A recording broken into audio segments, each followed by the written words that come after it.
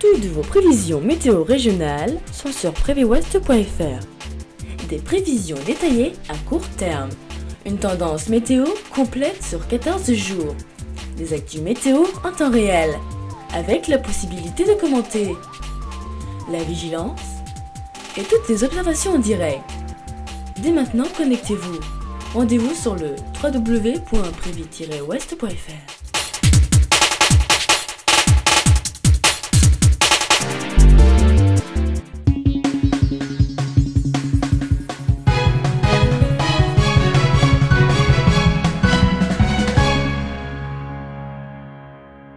Samedi 29 mai 2010, 33 morts dans des pluies diluviennes en Amérique centrale avec également des petits glissements de terrain locaux. On verra également qu'au Pakistan, des records de chaleur ont été battus ce jeudi avec plus de 50 degrés par endroit. Et bien sûr, nous finirons comme d'habitude avec un point sur les températures relevées ce vendredi 28 mai. Au moins 33 personnes sont mortes suite aux fortes pluies qui affectent actuellement plusieurs pays de l'Amérique centrale.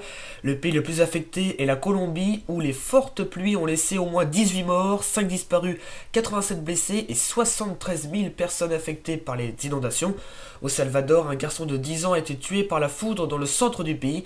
Les orages parfois violents ont également causé des dommages sur plus de 70 habitations et forcé plus de 300 personnes à évacuer leur habitation.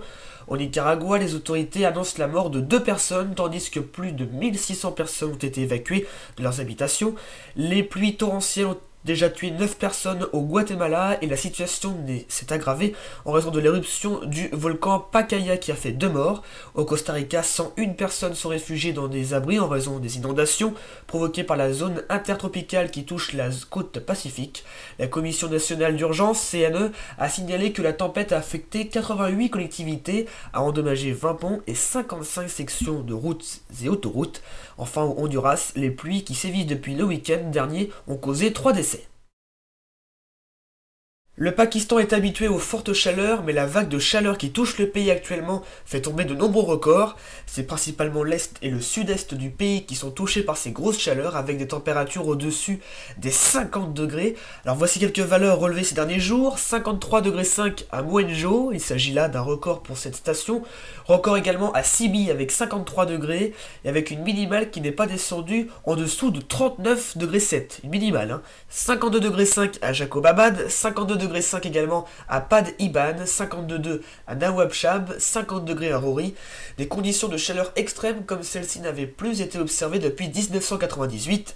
Cette chaleur devrait s'atténuer dès aujourd'hui après le passage de fortes pluies. Alors bien sûr, il ne faisait pas aussi chaud en France, on n'avait pas 50 degrés, beaucoup moins.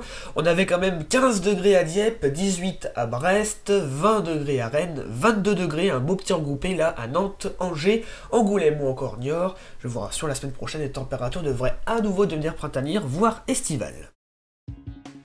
C'est la fin de ce journal, merci à vous de l'avoir suivi. On se retrouve pour le dernier jour du mois de mai, ce lundi 31 mai, pour un nouveau journal. Très bon week-end à tous.